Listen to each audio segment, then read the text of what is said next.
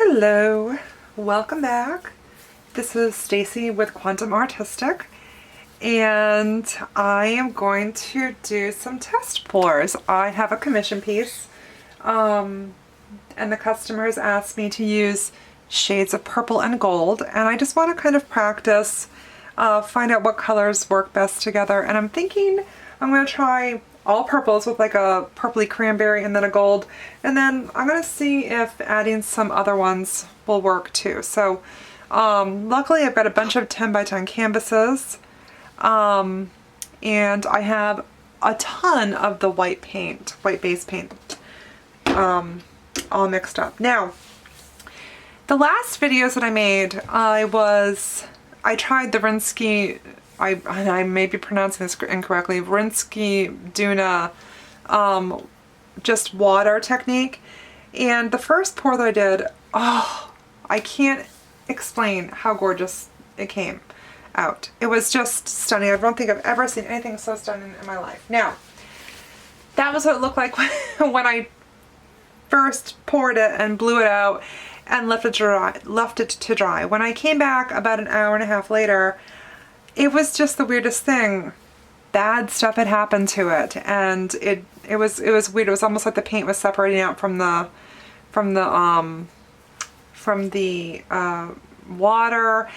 There was all these weird fractals, which I do like the fractals, but the fractals had taken over, and other things were happening, like the paint, the white paint was lifting up and it was making these bizarre geometric floaters all through it. So it was just, didn't make me really happy. I was like, well, I guess that's just kind of not what I was hoping for. So I'm putting that there because I'm taking my autofocus off. Okay. Just making sure that I have everything focused correctly. I can't stand when I put my hand up here because of course the camera's mounted above the canvas. Every time I get in the view and it's closer than a certain distance, it refocuses. So I want it just to focus here for now, and then I can change it around later. So anyways, as I was saying, the pour that I did came out so beautiful. I've learned a valuable lesson. The lesson being that once I finished a pour, I think that since I've got the camera right here, I'm just going to start taking macro or really nice photographs of it, because I can always use the detail shots, as graphics. I mean, they're gorgeous. I might as well take advantage of them because there's no telling what it's going to dry looking like. That being said, that piece dried so, it didn't even really dry. I actually scraped it. I was like, whoa, I can't even keep this. Everything, the paint was just doing weird stuff. So what I did was I added just a dollop more paint to the mixture, and I poured 2 more, and voila, that was the difference. So word to the wise, a 50-50 mixture, even if you weigh it out obsessively, I can't guarantee that it's going to end up with good results. I had tried 60-40 earlier, but it felt like it was a little bit too thick, so I'm gonna say 55-45. That's what I'm gonna try next. These practice pours I'm gonna do tonight are not going to be with just water, but I am going to try 55-45 because I think that might be the magic threshold. We'll see. Anyway, so I'm going to go ahead and put some white out here. Black Friday is coming up. I have a lot of paintings for sale on my Etsy shop, and they're all, reasonably priced. Well, look, it's a spider's web. As usual, I forget gloves. I don't know whether I should just go gloveless or not. It's just like, but I also forgot to wear my apron tonight, so I don't want to risk getting everything all crapped up. Although, I will say that these aren't the best fitting pants that I've got on today. Oh, one thing I did do earlier, I will say this, I had seen Rinsky Duna, and I'm just gonna call her Rinsky because I don't know how to pronounce her name. I need to look that up tonight. She used a blow dryer to push her paint to do the base coat, and it actually works out really good. So I'm gonna do it just right now.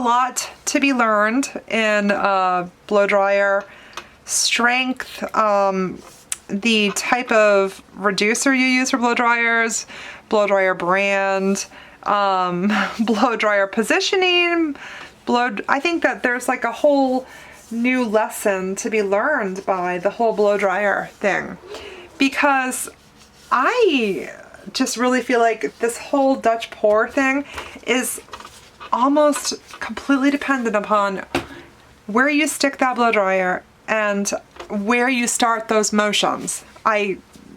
Convinced me otherwise, but right now I feel as though mixing the paint is the least of the worries, because the Canelo recipe works beautiful for the blowouts as well. Just as good as that. I know, like I said, I don't want to rely on Floetrol, because in the event that I don't have Floetrol, and I just have this feeling it's going to be a long, cold, hungry winter, I want an option that's just paint and water, because that may be what I'm reduced to as, you know, the bills start rolling in. So anyways, I probably should have brought these colors in to tell you, but this is kind of a beautiful purpley cranberry, and I will try to remember to edit the video description to show what this color is, but this is, I believe, a Liquitex color. Then I have a dark violet from Artist Loft. It's just their basic paints. And lastly, I have a light violet. I feel like these colors don't have a pop color, except for the gold. This is Artist Loft Old Gold. But I'm going to just try it, because you never know. And I'm going to use Rinsky's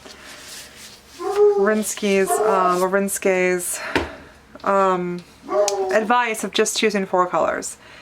I just think that I might want to do different ones. So this is the first canvas. Who knows how it's going to work out. But here's what she says. She says to put the base color in a puddle. And I also learned that maybe a smaller puddle is more advantageous than a larger puddle. After doing 3 of these today. Then she says to do the highlight color, or the contrasting color. I'm going to go ahead and put this lighter colored, this light violet down next. I don't want it to overtake, but I want to have a little bit of contrast there. And then she said to use the complementary color next. I may be out of step here. So we're just going to put this purple down. This is what I would just call like just a regular medium purple. And then she said on top to always put the, just splashed myself. Good thing I'm wearing a tank top. I should have been wearing my, apron, but. So I'm going to put a nice heavy coat of gold. Of course, there I am, all tongue-tied. And then her next process is to put a healthy amount of the white base coat around the edge of her petals to give some to blow onto. Then she goes through and I'm kind of talking out loud because of course I don't want to bore the crap out of you, but also kind of walking myself through. Oh, look at that. I love the way that is bleeding out. I'm not sure if you can see that or not. Let me zoom in. You see the bleeding? Isn't that gorgeous? All right. How did my canvas? Oh, there we go. All right. So anyways, what I'm going to do is I'm going to blow this way to slightly cover the colors.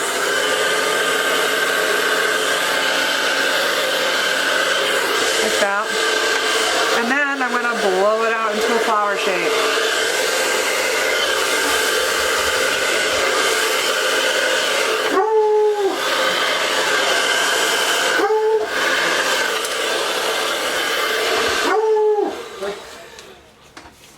Oh, it's so pretty.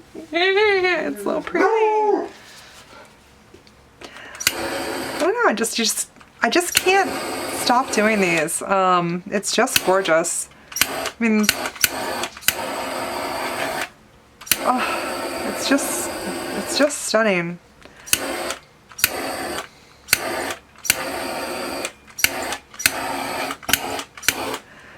So what I'm gonna do is ask my customer if this is the kind of look she wants, and if it is, she wants me to do 3 of the 12 by 16 canvases. So I'm gonna set all of them out here along my workbench, and I'm going to just blow them all out like this. But I'm thinking kind of stagger my puddles, and so when I blow the center one first and then the edges, and then it will kind of like maybe overlap.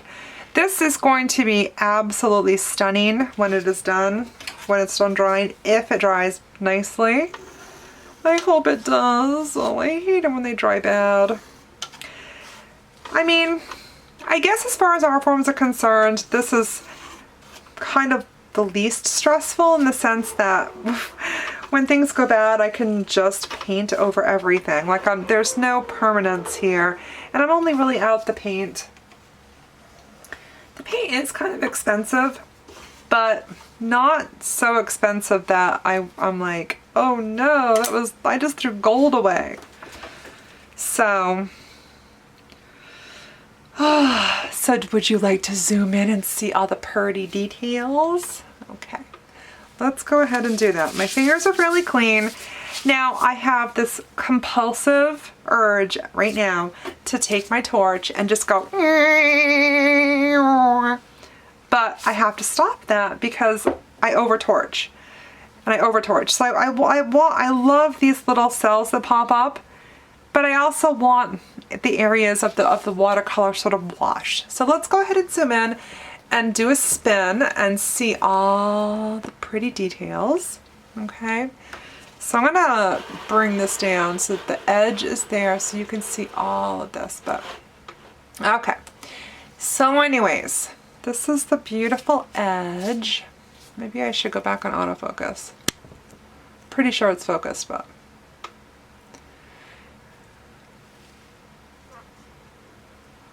Look at that. And I will find out the name of that purple, but I think it's this shade here that's really coming through. It's just beautiful. All these gorgeous cells that popped up. Ooh, it's so pretty. I don't know whether I should torch more right here with the gold. Ah, yikes.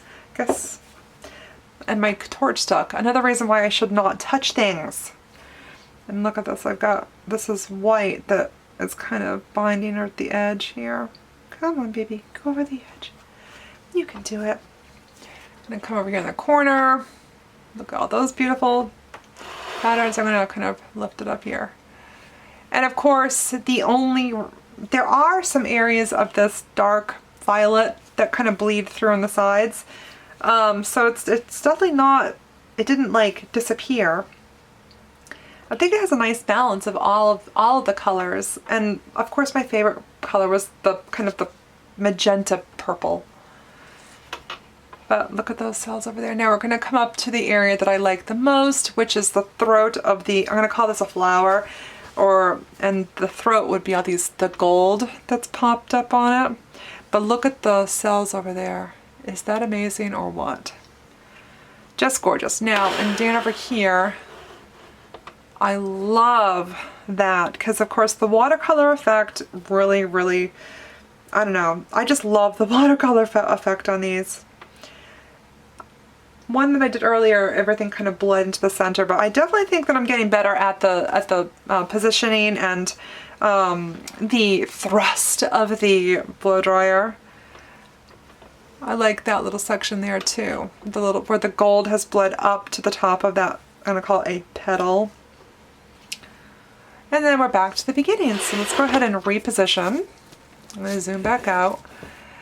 And I'm going to say that this baby is done. I am reluctant to take any more photo. I mean, I can't talk.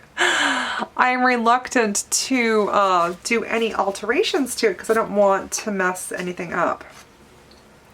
Right now my biggest concern is that it's unlevel to an extent because I could just never I couldn't get this table super duper leveled. I wonder if my little level is in here. I probably should check that. Where is my level? I had it in here just the other day and now of course it's missing, but I think I should check it on this one because I really like the results and I don't want to come back in here and have this be spilled somewhere off the edge. Well, I guess my husband had used it. Where did he put it? Oh, we're going to have a marital dispute here when I go to try to find my little level. And this is my level. I bought it for me, just for this purpose. I'm just teasing. We're really not going to have a marital dispute here. So anyways, this is going to be the first video in this sequence. I'm probably going to do 2 or 3, or at least until the paint is gone. And then of course, if you're interested in any of the resulting pours or the artwork, feel free to contact me so I can reserve it. I'm having a big Black Friday sale on my Etsy shop. Everything's going to be 30% off for the day. So, and I hopefully will be able to get these up for sale now. I may not be able to ship these ones immediately because I do want to give them some nice varnish coats. But at least I can sell them with just, you know, like I'll display them, sell them, and then I'll put them on like a 2-week delay.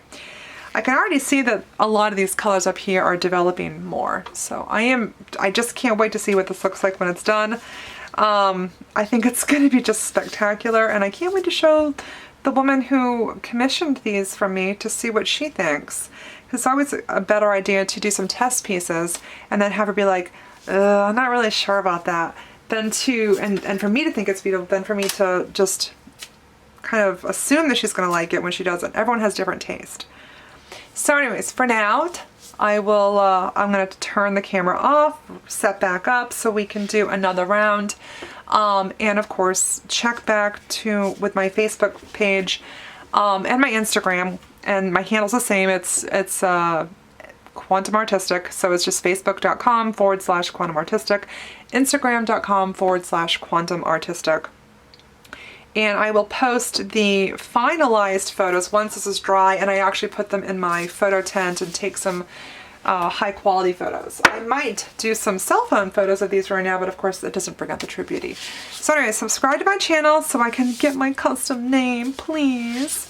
And I'll see you all very soon when I do the next series of videos. All right, thanks so much.